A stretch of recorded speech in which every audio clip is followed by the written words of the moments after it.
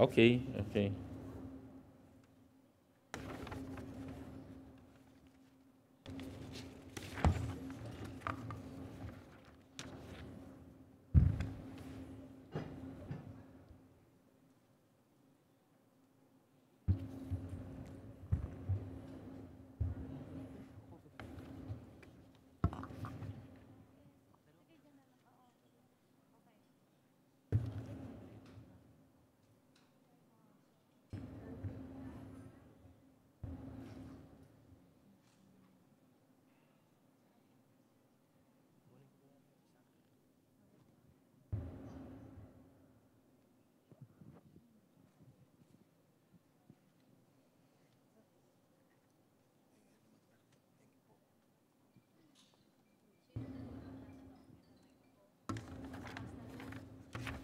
Check, check, check.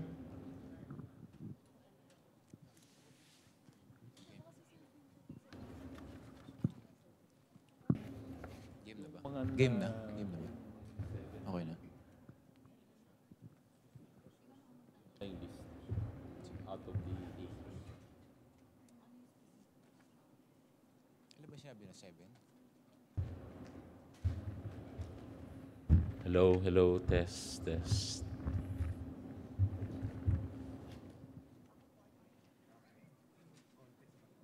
Okay, sige. Okay na raw? Magandang hapon sa inyo lahat. Good afternoon. Um, and great to see you all again. So maybe just if you want, I can start with a quick report from the ASEAN economic ministers, the trade ministers that met since the other night. No, so as you know, before the ASEAN summit, where all leaders, prime ministers, and presidents would meet starting tonight.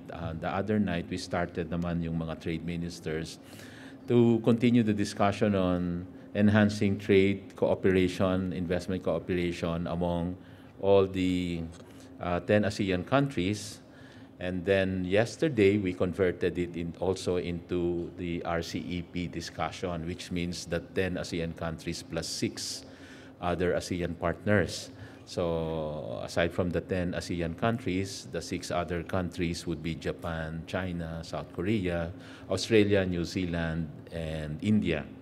And the overall report po natin since until last night, this round of talks on RCEP, as you know, ilang taon din itong pinag-uusapan, and considering various stages of development of all participating countries, took a little while dahil within ASEAN, mas madali ang usapan, but when you talk to ASEAN with the other countries, siguro is medyo relatively easier pa rin, but the problem is those other countries with no FTA arrangement with with another with each other, di ba? So kaya it was taking a little more time. For example, ASEAN has an FTA partner with China. We have ASEAN has an FTA partnership with India, but between China and India, maaaring wala silang FTA partnership. So this RCEP has become also their platform to discuss specific bilateral issues between, let's say, the two countries. But let me give you in totality, at least the RCEP discussion this year sustained the momentum we started last year under our chairmanship. If you recall, last year we were able to start the discussion on having key elements, a framework, a guideline on what will be the mode and the format of, let's say, trade liberalization in terms of, let's say, market access with respect to goods, services, and investment. For example, how many or how much of our products can come in easily with zero tariff over time in another participating country.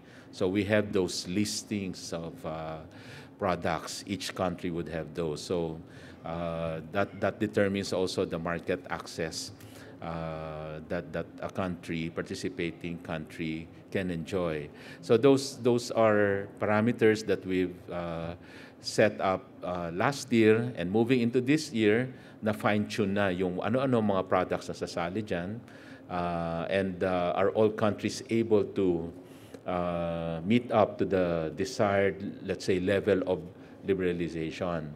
So, for example, we are talking of a level of liberalization that should be much better, of higher quality than what we have right now, let's say, between ASEAN plus one country, ASEAN plus another country. But taken all in RCEP, what we're saying, the quality of liberalization should be better than what we have right now with ASEAN and an individual trading partner. So we are now talking of almost all countries reaching that level of liberalization, no? Market access in goods and services and investments. And then, of course, talking also about rules. This year, we have more chapters in the agreement that we can consider concluded. So in our chairmanship and before, there were chapters already concluded on SME, Ecotech, and then the customs procedure, trade facilitation.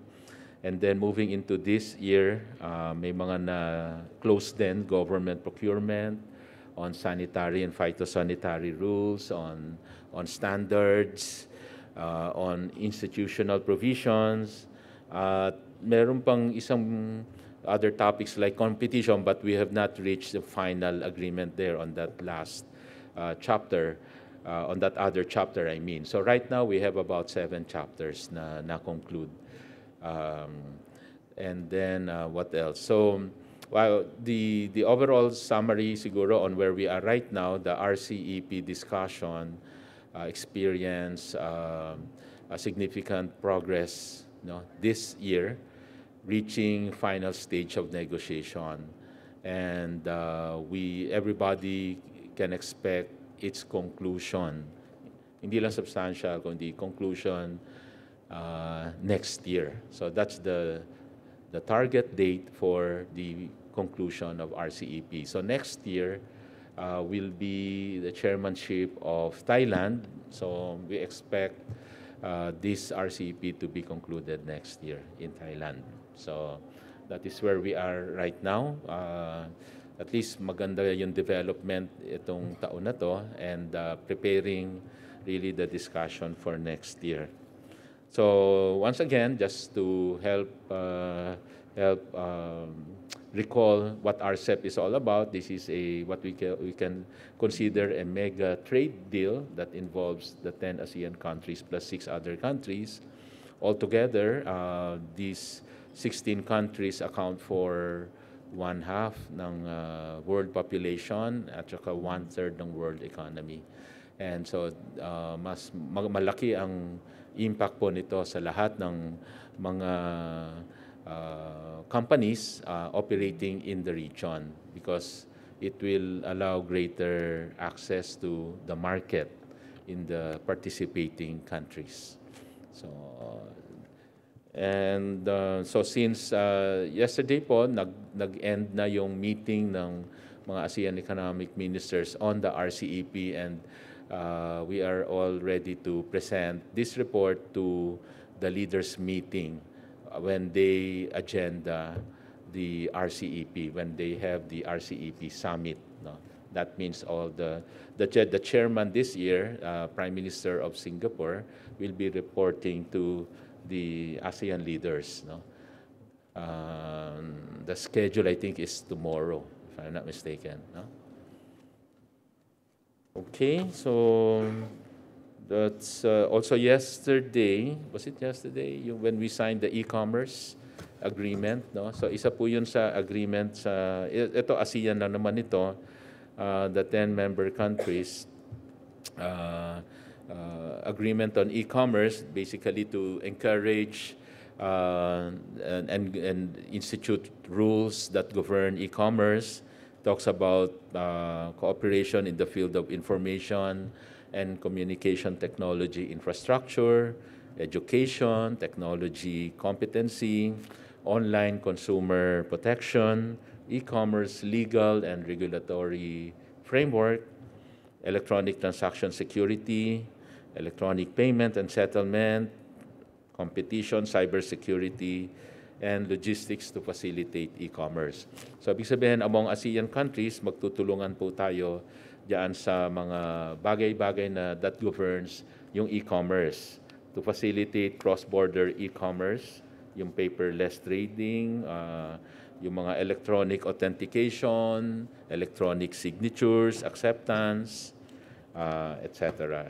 So, yun din yung isang deliverable na na-accomplish itong taon na to ng mga ASEAN economic ministers.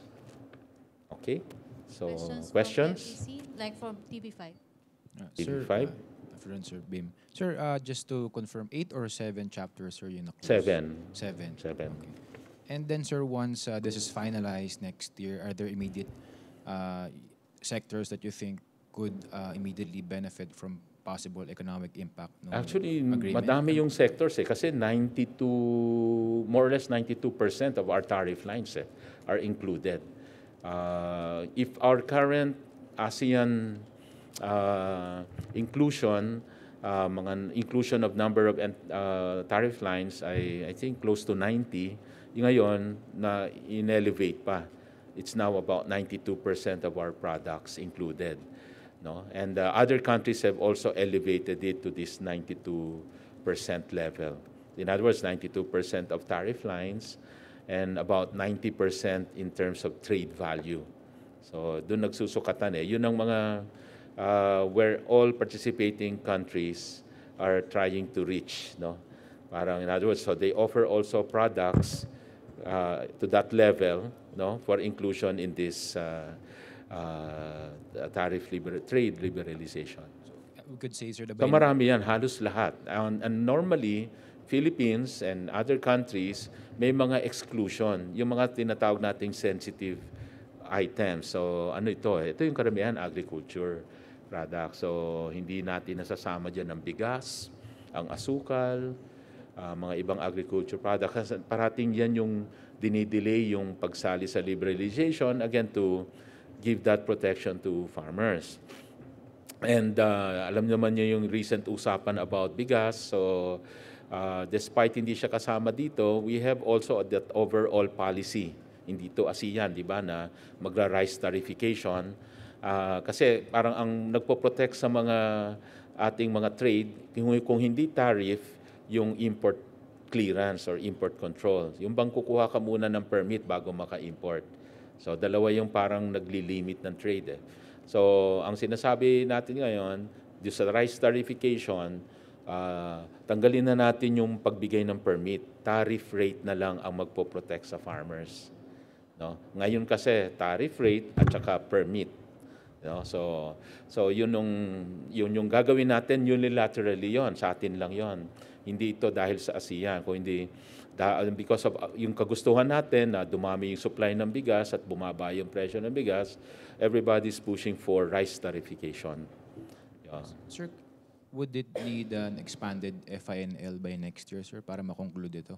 Especially since one of the last chapters is competition. Meron bang ganun deliverable? No. Yung FINL naman natin, ang gusto natin dyan, mabawasan yung nasa listahan.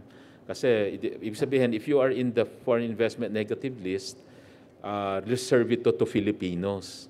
Kaya negative list siya, bawal siya sa, restricted ang equity restriction ng foreigners.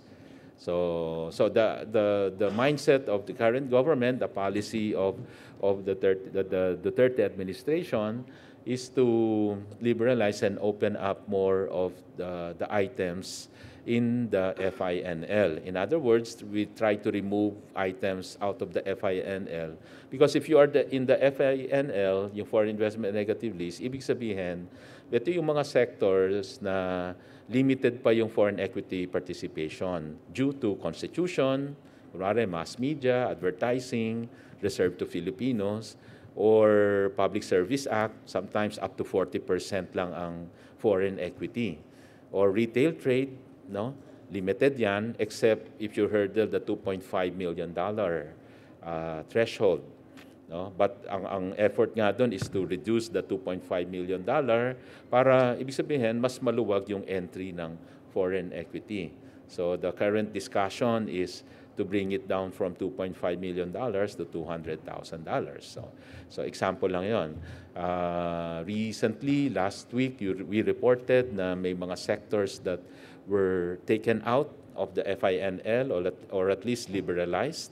So ito yung mga internet business, ito yung teaching at higher education, training centers that are engaged in short-term high-level skills, mga adjustment companies, mga wellness centers.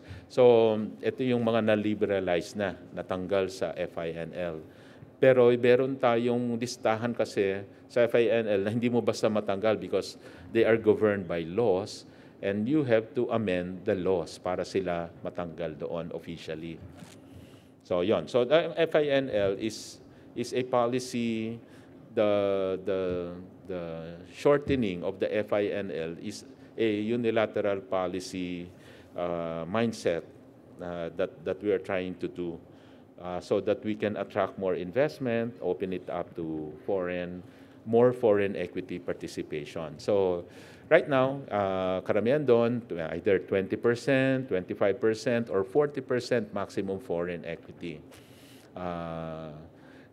So what we're saying is that kung maliberalize siya, it can go beyond 50%. Or if not, it can even allow up to 100% foreign equity participation. So pagka ganon, maraming foreign investors, pagka sila na yung majority, mas mabilis silang mag-invest. In other words, mas willing silang mag-invest. Kasi yung iba ayaw mag-invest kung hindi naman kami ang majority dyan, kung 40% lang ang aming maximum shareholdings. So yun po yung mga polisiya na hopefully makapag-encourage at mas lalong lalago at lalaki ang ating foreign investment. Which, by the way, year to date, we're still enjoying something like over 20% growth in foreign direct investments now sa FDI. Okay, Raymond Tinasa. Sige po, next. So just to clarify, so when the RCEP was first conceived last year, so what was the original target to finally conclude? Was it 2019 or 2020? Because there are reports that it was being pushed back to 2019. So just to clarify, the real target of a conclusion. Oo. So even during last year, hindi naman sinabing i-conclude last year. Or hindi rin sinabi i-conclude this year. Ang pinag-uusapan lang, mas maraming maraming makonclude na mga chapters. Kasi dun lang sa market access, kung titingnan mo, parang yung kinuwento ko kanina, no? Talking about numbers, ilang sector ang i-include natin. Parang madaling sabihin ilang sector i-include, pero katakot-takot na domestic consultation yan, kanya-kanyang consultation sa mga stakeholders o kakausapin natin yung stakeholder, kayo ba ready na? Pwede na ba namin isama tong sector na to? So it takes time itong mga pag-include ng mga sector na isasama dito for liberalization. So and yun hindi lamang Pilipinas, iba-ibang country are doing that procedure. Kaya it's really taking time. Yung iba, sabi ko nga, kung ASEAN and other countries na may FTA na tayo, medyo madali. Konting adjustment na lang. Pero meron dyan, pareho silang walang FTA with each other. Kaya yun yung medyo natatagalan. So, kaya talagang ang ina-target lang usually significant progress or sabi, ang term nun, substantial conclusion. Pero yung talagang conclusion na magpirmahan na, ngayon pa lang natin sasabihin na ito ay nasa final stage na tayo after this meeting and moving into next year, conclusion na yung tinitingnan. Hindi na substantial conclusion na. So ngayon lang tayo nag-target. And by the way, hindi lang to last year naman. Yung itong usapan ng RCEP ay medyo, it took some time kasi nga medyo malaki, 16 countries ang involved. I think nag-umpisa yung usapan nito 2012. Oo, mga ganon. Bernadette? Bernadette, okay? Sir, clarify ko lang po, yung bago pong na na conclude na chapters ay yung institutional provisions or yung sanitary and phytosanitary measures, standards, trade regulations, and conformity assessment procedures po? Kasi ang alam ko, sir, 5 out of 18 pa lang po yung na-conclude before this 33rd summit. So, dalawa po ba, sir, yung bagong? Actually, tatlo. I think 4 na yung meron tayo moving into this. Or itong taon na to, I think we started with 3. Di ba meron na tayong CPTF at the start of the year? Or ngayon din yung CPTF? Halos actually, tutuusin mo, last year, marami dito malapit nang makonclude. Parang bang, I'm going into the details, no? Minsan mga words na lang yung pinagtatalunan. Practically, halos done na. But as we, in any negotiation, minsan it takes time to heal, or takes time to convince other people or negotiating countries. So finally, nagkakaroon na sige, adjusting expectations or becoming more realistic. So biglang yung dating hindi acceptable na word, ngayon acceptable na. So talagang nagre-require lang siya ng time. So practically last year, dapat yung dalawa dito na solve na siya last year. But anyway, tumawid pa siya ng isang taon. But kagabi, may mga na-conclude na. Mahaba-haba pa rin discussion, and sometimes you're talking merely of mga words, no? And languages. So yun lang yun. But now we have we have 7. If you ask me, we should have had 8. Pero meron lang issue dun sa isa pa. Pwede ba yun, Pero sir? halos done na yon. Competition is another chapter Okay. na medyo tapos na dapat yon. Pero anyway, I won't go into the details, but medyo nabitin lang siya dahil may mga request yung some countries. Mga parang pending issue sila. Yung actual conclusion, sir, ang timeline po natin for next year ay mangyayari sa second Probably second ASEAN, half. second Maybe target na the same time next year. Okay, sa Thailand. Okay, sir. Yeah, Thank you, sa sir. Thailand. Ibig sabihin ng same time next year, around November next year, pag nag-meet uli yung mga leaders. Okay. Thank you, sir. See questions? Julie, microphone. Sir, may projected specific implications na kayo for the sectors to be affected by the RCEP kung sakaling mag-push through na siya? And do you see any, say, adverse or unseen na pwedeng maging epekto nito sa trade natin?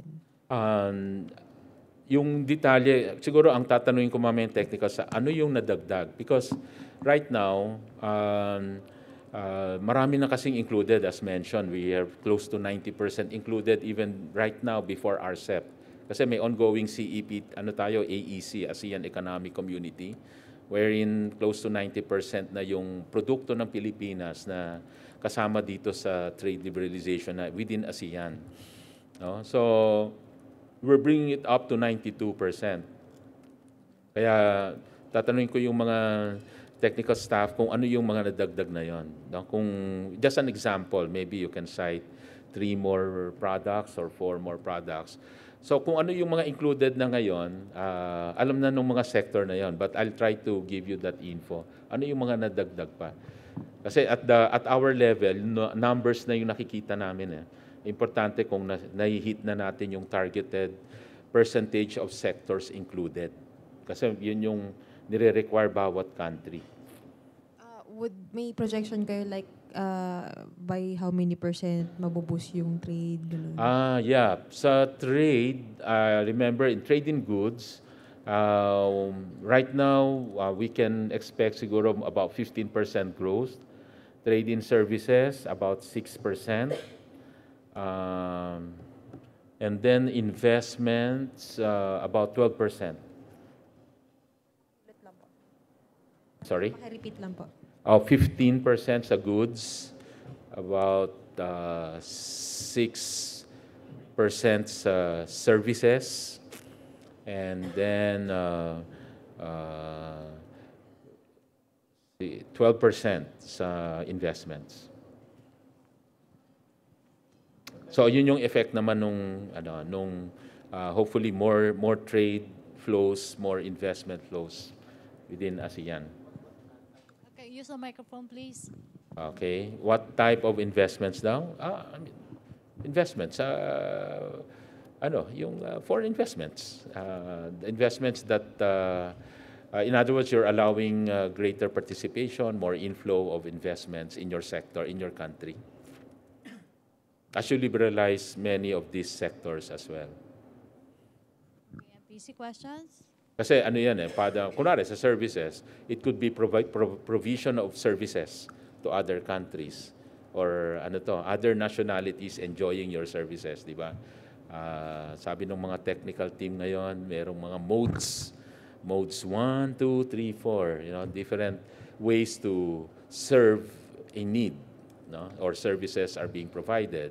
Either pupunta yung consumer sa ibang bansa to get that services, or mag-i-invest yung isang kumpanya to provide that service, to provide that service, or yung mismong tao would be the tawag doon movement of natural persons, yung mismong tao will be the service provider going to another country, and whether will they be allowed to practice their service or profession in that country. So yun po, no? So that can be a service provision, or if it were a company to set up a service provider doing yung negosyo niya ay service, then investment din ang involved doon. Okay, so yun yung mga usapan naman dito.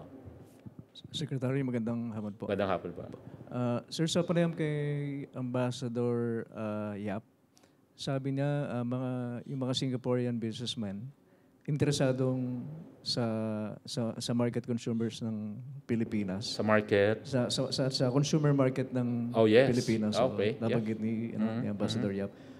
Saan engage itong mga Singaporean businessmen na ito? Tsaka yung mga factors, sir, na yung kanilang interest. Okay. Actually, if you look at yung mga recent investment figure, yung mga biggest investors are coming from, well, the last one was Indonesia, and then Indonesia, Malaysia, yung mga maraking pinanggalingan ng investment. And in previous months, I've seen Singapore also. So Singaporean investors, they're usually engaged in services, financing, finance-related, technology-based companies. Then there's another one, technology-based, finance, and manufacturing. No? So ito po yung mga sectors na kung saan marami ang mga Singaporean investors. MPC, questions? No more? Sige. Sir, a word lang about dun sa e-commerce na agreement that you had yesterday. What kind of benefit would that have, sir? Yun po yung sinakwento ko kanina, yung listahan, ang coverage po niyan is about